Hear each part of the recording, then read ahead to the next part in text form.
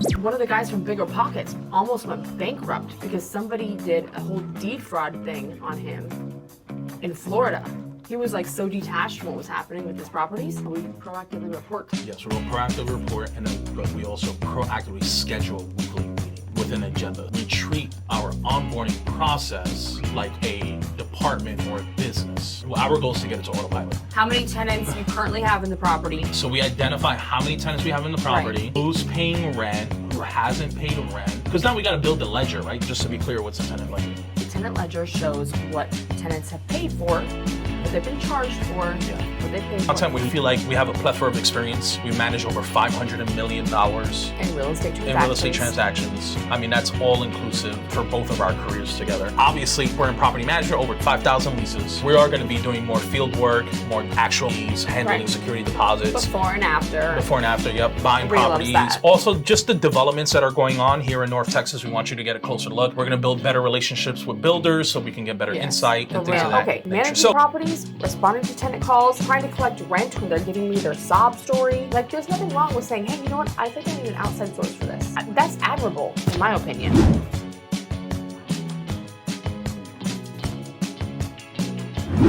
Welcome to episode 9 of the property management show / real estate show that we're debating on, kind of updating. But I'm Ernesto. I'm Judy. And we're excited for you guys to be part of episode number 9. So, but real quick, if you haven't subscribed, these shows are not easy to put together. So just so you guys know, we're at the level where, and this is probably pulling the veil a little bit, I still do the physical setup. You have 3 cameras, one here, one here, and one here. I still do my own hair and makeup. That's set up. I'm not trying to toot my horn. I'm trying to give them a sense of like, you know, a lot of times people are like, don't understand how to get this stuff set up. Right. But anyway, we have been able to bring in someone to edit the videos, which were great because I edited a couple of our first episodes. Still together. And I would stay up to like midnight, like brutal. Which he never does. But anyway, that's the entrepreneur in me. I love this type of stuff. I used to have a clothing line back in the day where I used to do videos and content and design work. But anyway. That was so far ahead of the curve. We really were on YouTube and MySpace and stuff like that. Still on YouTube. When we show them to our kids, they're like, they had YouTube back then? And we're like, barely. It's a full setup. We're thankful we enjoy doing it. We're trying to get our kids a little bit more involved. But anyway, subscribe. It's not easy. We want to continue to put out content. We feel like we have a plethora of experience. We've managed over $500 million in real estate transactions. I mean, that's all inclusive for both of our careers together. That's my department now. So okay, well then the applications will go up. We've been saying this line since last year. So it's been over a year. Yeah. And just to give you guys a sense, like this month alone, we're bringing this to you. We're recording August 22nd. And we've already signed up almost 35 properties we brought in for this month so far. Obviously, just giving you a sense of 1 month, it's been a year, but we continue to push the envelope. We're thankful for that. We're excited. We want to continue to be ambitious. I think there's going to be an evolution of what we do here with the podcast. We're rolling out my podcast or my YouTube channel just because I do it myself. So it's a little bit easier for me to roll out. But Judy and I will continue to do the property management show or the real estate show. But I think we're just starting to ramp up. And we are going to be doing more field work, more actual make-readies, handling security deposits. Before and after, buying properties. Also, just the developments that are going on here in North Texas, we want you to get a closer look. We're going to build better relationships with builders so we can get better insight and things of that nature. So if you are looking for a property manager in North Texas, the DFW area, all the way up in Denison, Waxahachie, Kaufman, Weatherford, North Texas is the best way to describe it. Right. Check out the link below. And then we're also launching our monthly meeting that we're calling Brick by Brick. It's a live video call. Landlords, realtors, property managers, owners of property management companies. It is going to be a little bit of a bubble and an environment where people can come in and really tune in and ask questions. And we'll pick a specific topic that we can dive into, but just having a space for people to be able to check in, dive in, and do a deep dive. People be able to. Yes. Brick by brick. Can I just say? Hold on. You got an RSVP right here, down here somewhere. RSVP. Look in the description. We're doing it. It's going to be the 3rd Friday of every month for now. Brick by brick. I love it. Tune in, log in, RSVP. We're going to be there live for that, where we'll be sharing a plethora. There'll be other experts on there as well. Also, it's on me. Your participation, you being able to get in, it's on me. I'm paying for it. Your access, I got you. Don't even worry about it. So that's it. Also, our sponsorship. Ooh, our sponsor for today is Trotter Insurance. Let me just tell you that there is definitely something different about a insurance broker who understands what a landlord needs versus a homeowner. So I'm not going to say much more than that, but if you would like to know the difference, if you're like, wait, hold on, what's the major difference? And could Trotter Insurance potentially save me money as a landlord versus a homeowner? Or maybe you think you have landlord insurance and maybe you don't even really know. We would love to introduce you to Trotter Insurance. Yes, and it's owned by Mr. Brian Rollins. Mr. Brian Rollins. He's the man. He's a good dude. He's a family man. Just as important, a local business owner in North Texas. Such a big deal. Such a big deal. If Very you're just good working looking, with somebody handsome, tall, slim, in shape. That's my boy right there. Also, actually, you know what? What? He does. I don't get a commission off of it, but he does take me out for sushi. He does. Which we've been doing that He since does. before I was a business owner back in the day. But Back in anyway, the back. Let me get that sushi. Well, I'm excited about this. So quick overview of the episode so people have a sense of what to expect. They can dial in, they can tune in, they can jump around. Tune out. Tune out. Don't tune out. Tune in. Save it for later. This is our new segment. It's called Trend, Trap, or Opportunity. This is when we analyze real estate news and we'll tell you what we think as far as, is it a trend, is it a trap, or is it an opportunity in the marketplace? So that's the first portion of it. The next one is we're going to dive into our story, where we are today and what is our vision. And then we are going to react to a few videos from our industry. And not everything is going to be about our specific industry. Some of it is going to be related to our personal philosophy on humanity. Because I think one of the important things is for people to see what we stand up for, what's important to us. We talk a lot about real estate, but I want a different aspect of what we do and why we do it and how we're wired. You know what I mean? So there's going to be a couple videos that we'll respond to. And then we're going to do legal updates and how that impacts our industry. And then we'll wrap up. There's some juicy stuff There is, right? in legal updates There this is. week. There is. Juicy. Big changes. There are topics that Judy is completely familiar with, and this is why the trend, trap, or some opportunity that is really good. I'm not. And then she's not. So we're going to be able to just hear her raw thoughts, which is so much fun, by the way. Unfiltered thoughts. Let me tell you something. Right. No, that's important. That's important. it is That's good. Let's do reactions real quick Okay. to some videos. So this is from Dave Ramsey. Love him. Okay. Do you really? Babe, You're a big that fan? $500 million of real estate?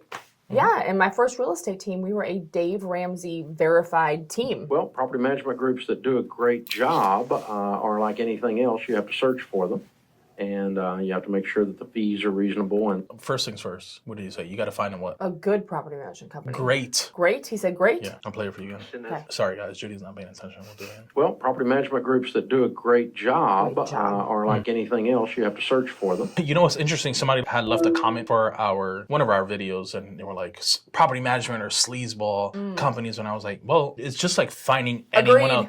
Yeah. It's just like finding anyone else, right? Like if you have a mechanic, all mechanics are sleazeballs. It's like, no.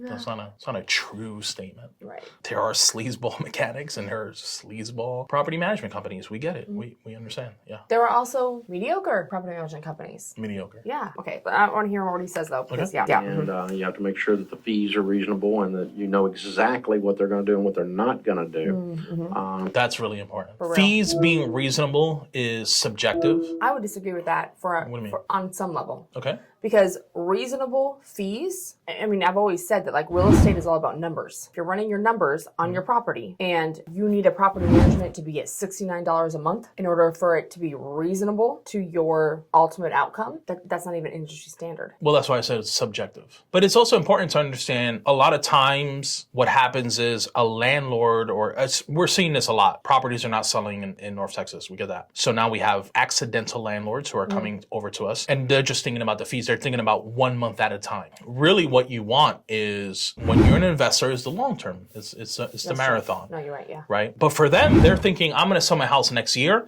I want to save as much money. All it takes is one little repair, a plumber that doesn't know what they're doing. And now they're like, oh, hey, we need to repair your sewage line. And it's not on the city side. I know I'm making fun, but when you have a sewage issue, a sewage line damage. There's one side that's to the city and one side that's to the landlord. Remember that time that somebody quoted us like $15,000 to dig out the sewage line from the city side over to that big old house? That was incredible. Incredible. So anyway, I'm saying that's subjective because it depends on your exit strategy, what you're trying to accomplish in the long term. But a lot of times individuals are not thinking about the intricacies. Like today we had a client that called in, and the cool thing is we're able to record a lot of these calls, so we're able to listen in. But this owner, they wanted to hire a property management company because they had cheaper fees. And what we were trying to get to the bottom of in our team is, what does that really mean? Right? If you get a bad tenant, they don't pay rent. That's irrelevant. Those fees are irrelevant. It doesn't matter. You know what I mean? So for us, like, we take pride in the application process, right? Absolutely. I want to give them carte blanche on repairs as an example. Anything over a certain amount they need to call you for. That's right. And you look at what you're paying them and say, well, would I want to manage that? The benefit of managing it yourself is that you're going to control the quality of tenant a little differently. They'll do a good job screening. Because that is not the case. At least not working with Navigate. Okay, so in my experience, typically, an average landlord looks at one thing as the primary thing that they're focusing all of their approval on. What do you think that is? Credit score. The credit score. I want them to have an over 700 credit score. For my beautiful house, I'm renting for $3,000. But then what? They have a credit score of 700, so they have all these fancy cars, and they've been able to do all these different things, whatever. But there are so many other levels to a credit score and to someone's like financial stability that the average individual would never even think of. Like positive verification. Yeah, but I was going to ask you, can you answer this question for us, for the people? A lot of individuals who have a 700 score are probably not going. They're out there trying to rent a property. That's true. That's a good point. And also in America, I don't know what the percentage is off the top of my head, but a lot of people, more than 65%, let's just say, so more than half on the safe side, we're probably closer to 80%, owe something to someone. Because it's your house. And you'll probably shop a little harder when the repairs need to be done. And, you know, if the heat and air guy says it's $1,600, you might go, what? And they might go, okay. You know, I'm not saying they're sloppy. It's just not their money. And so, but then the downside is the time that you're going to invest and the heartache and the hassle. Because the people are going to call you when something's broken. Right. You got to go over there and meet them. You got to screen them. You got to get the lease documents filled out. You got to do all of that. And so the question is, do you want to fool with all that? I grew up in the business, so I think that's a really good point. You got to think about time and money, right? As we get older, I think we realize how important time is. I think also culturally, we're tied to how we do this, also how you're wired, right? Let me get in there. I can find somebody to teach you. Like cheaper. Like that's a pride thing as well. Like puff up your chest. Right. Like, you know what I mean? And we both know, like when we're building something, it's valuable for us to invest in people to make decisions and things of that nature versus us being at the forefront and saying, I'm going to make a decision. I'm going to evaluate this. I'm going to do this. Right? Yeah. So I think that's the challenge. I would say we both have weaknesses in that area where we want to step in and be like, I'm going to do that. I'm going to find something. You know what I mean? What do you think? I think that when it comes to property management, I can always understand why someone who has 1, 2, 3, 4, even 5 properties would want to continue to manage on their own 90% of the time. You have something that you have decided this is going to be an investment strategy. I'm diversifying. Most likely those individuals that manage for themselves also have like other investments out there. And so I can understand why you would want to get your hands dirty, understand how it works. But I can also understand why you may look at a situation like that and say, my time is worth $50 an hour, $75 an hour, $170 an hour, $175 an hour, whatever it is that you get paid if you're going to break it down by the hour and say, you know what, if I'm going to be taking 4, 5, 6 hours of my time every month to look at rent, make sure it was delivered, follow up with them if they haven't paid yet, figure out what's going on if they're not responding. If you're more of a calculative person when it comes to that particular investment, honestly, really hard to not look at the numbers and pass it off to a property management company. Sure. So basically, like, what is your time worth? But also, are you trying to learn something? So it's second nature to me. And I personally managed our rentals for a long time. My son-in-law, Winston, runs all of our real estate now. We've got quite a bit of real estate, and he manages all of it. As a matter of fact, he's got staff that helps him manage all of it. Wow, that's So we got our interesting. own little in-house That he wouldn't private outsource property that. management companies. That's interesting that Dave Ramsey wouldn't outsource that. I'm just curious about that. I mean, his personality is obviously saving money and all that stuff, but still he's building an empire. But he is also about building things. So if you have That's somebody true. That's true. that's willing to like learn about Do it. this, Right. and then also learn how to control a staff and manage, that's something I can see you doing. So to speak. So I don't personally deal with tenants anymore, haven't in years, but I grew it to the point that I could do that. So, but you know, it's like anything else, DIY, right? You know, there's a hassle factor involved, and there's always an adventure. But you bring the professionals in. Your job, if you're going to use a property management company, if you get a good one, and you know they're going to save you time and heartache, but you're going to pay for that. And so, do you want to trade some of that out? Then it's okay. It's a trade out. So I've got good friends that use property management companies, and they're fine, and that own them and run them, and they're fine companies. They do a fine job. They're worth what they charge, but not if you're a pure DIY guy, and it would drive you crazy to every time one little thing comes up, you're going to second guess everything. Then no, you got to be hands off and let them do it, and you check them, and they check in with you. You get regular reports and so forth. But that's the case. I would do that. So hey, thanks for dropping by, guys. Interesting. Real quick. Yeah. 10 seconds. Okay. What's your thoughts on that? I think that his advice was really well balanced. If you're a DIY person, go for it. Also, if you're a DIY person and you start to do it and you're like, oh shoot, this is not my over my head, right? Right. There's nothing wrong with, you said this earlier, like the pride factor, right? There's nothing wrong with saying, oh man, okay, managing properties, responding to tenant calls, trying to collect rent when they're giving me their sob story. Like there's nothing wrong with saying, hey, you know what? I think I need an outside source for this. That's admirable, in my opinion. Like getting to the point where you can say, this, I'm good at DIY. Right. This is worth hiring someone to do it for me so I can continue to do the things that I can do best. What about you? In summary, I think obviously Dave Ramsey's wise. It's what are you exchanging your time? I can go change my oil. It's going to cost me just the oil. Can you though? I mean, I'll pull up a YouTube video. I don't care. Listen, can you hop a train? No. Okay. So watch yourself. I cannot. But yeah, I think from a macro perspective, you need to really be thinking about what your long-term goal is. I think the little things that we do in the short term hinders what we're trying to do in the long term. You know what else I would say? You haven't hired a property management company because you're scared. Fear is never a good reason not to do something. I mean, I would say more people are prone to want to hire property management than the manage themselves. This is my personal opinion. Take it as you want. I think you should try to manage it on your own first, honestly. I mean, that's what I was saying before. I talked to landlords. I'm like, hey, give it a shot. Go figure it out. Yeah. I mean, literally, like a good property manager is going to work really well with someone who wants to be passive as much as they possibly can. There's no such thing as passive, by the way. I mean, you can have a stock and all of that stuff. Like We laugh about that all the time. Passive income, biggest lie out there. You still have to be involved. That's where we started, honestly. Let's do one more video reaction. What about you? What's the difference between an American guy and a Mexican or Latino guy? What is it? Americans have money. Have you dated Latino guys or somebody else? No? Because what? Who doesn't have money? they. Latinos. So I don't have money? Not enough. Okay. What do you do? You're retired. Okay. What did you used to do? You were? You were a nurse. A nurse. What was? I didn't finish answering the question. I forgot. The difference was about the honest. Honest. Honesty. They're more honest. Yeah, I make them. Yeah, we lie a lot. Yes. We lie about how much money we make. No, the reason I'm asking is my wife, she's from North Carolina.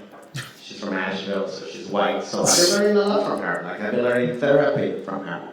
Latinos, we don't do therapy, right? Did you grow up with therapy? No. You did? You did? Yes, I have a little money. You have a little money. Oh, okay. So it was...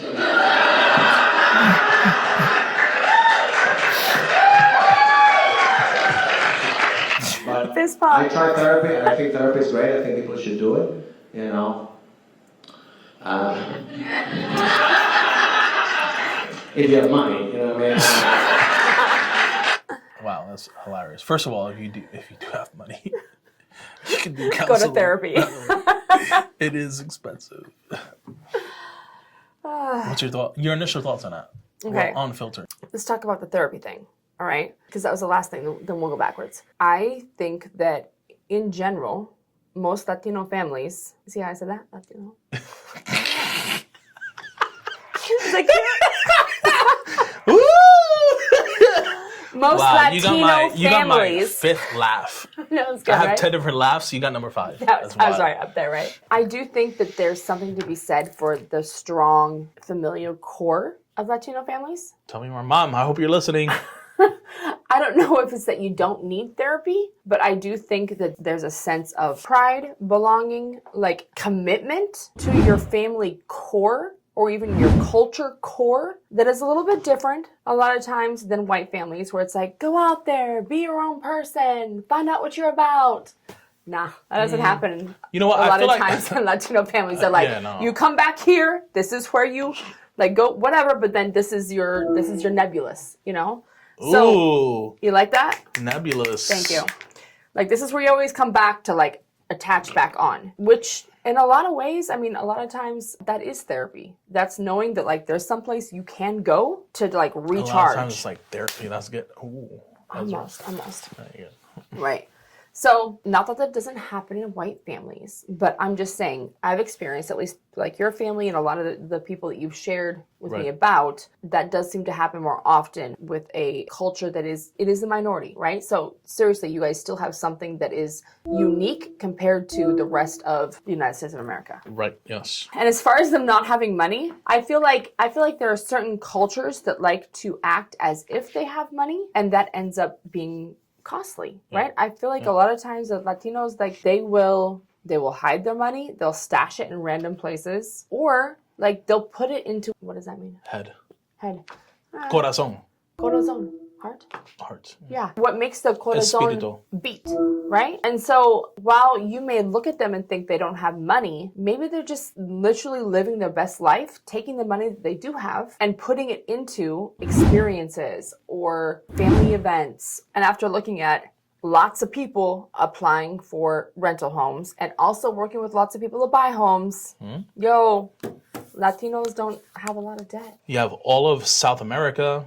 You have, there's Costa Rica. You have any idea what the Costa Ricans are doing? First of all, do you think he's talking about Latinos in South America, though? Yes. Or is he talking about Latinos in America? No, I think he's talking about Latinos in general. No, he's not. He's at a comedy bar, and he's asking that majority audience what they think. No, we don't know that. The video is subjective. What does it actually mean to have money? Right. Is it over a certain amount? Is it under a certain amount? Or is it general wealth? Like, what are we talking about here? Right. You know what I mean? That's the hard part. So no, you're right. She didn't specify, but that's the other thing is the statement to think about or to say they don't have any money. Like, what does that actually mean? I know a lot of white cats who have white people don't have money. Who don't have money available, right. and they struggle to take care of their family. Right, you're gonna move in the circles that you are a part of anyway, for the most part. That's so true. Doesn't matter what your nationality. I laughed because I enjoyed that, and I also thought his responses were really good. Where it's like, what are you talking about? Because it's ambiguous, also subjective. It's not an objective thought to really think about these things. You know what I mean? Like there's also different levels of like having money. Like you can be a doctor and have money, but it's like that's what I'm saying. What does that really look like for you? Right. So if he stops working, do you make any money? No. No. Okay. How do you define that now? And even like it's like what's your support system? What's the family history? Like you can go into all Is of he that. Puerto Rican? Because then he's rich. Okay, personally. Then he's rich. I thought most women were attracted to Latinos. You know, Latino lover, it's like the whole thing. Like yeah, it is all. You're right. I think she's just bitter. I think she's bitter. Definitely bitter. Whoever yelled, Latinos don't have money mid-show. Yes. Because she's been trying to be with Latinos, and the Latinos she chose maybe don't have any money. I don't know. Or maybe she loved him a lot, and then when he left, she was like, he didn't have any money. He didn't have any money, yes. That's why. Subscribe, like, dial in, do all of that good stuff. Thanks for tuning in, guys. Let's go navigate